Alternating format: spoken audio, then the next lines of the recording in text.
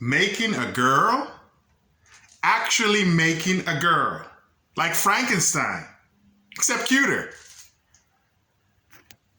What you're looking at, fans, are two international superstars on the level of Pele and Messi. We've got the pineapple and we've got the papaya. Today we'll be focusing on the papaya and how to make a new one from scratch. The first thing we're going to do is cut the papaya in half.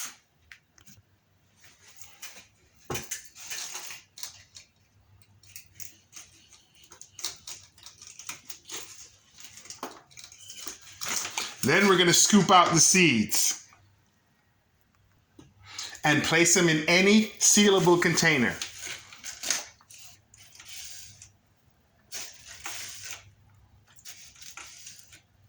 Too easy, too bleeping easy. Once we do that, we're going to shake up the container. And what we're going to do is leave this container overnight. So two things happen. We get separation of the mucilage, the outer layer of that's connecting these seeds in the ovary, and we'll see if any of these seeds will float. If any of the seeds float, they are no good. Do not plant them. Eat them, throw them away. Incidentally, you can eat papaya seeds. They have great antimicrobial, antibacterial, and fungal property, but don't eat too many because they clear you out. All right? Once they've sat for about a day or two, and we separate them from our container, I like to use a strainer, as you see here, and then put them on a napkin. So I'm just going to pour them onto the napkin like that, and then let it dry. I'm not drying out the seeds. I'm just ensuring that the water gets soaked up by the paper towel. And after that point, they are ready to plant. Yes, I said it, ready to plant. Time lapse, time lapse, time lapse, time lapse. Okay, now we're in front of actual seedlings.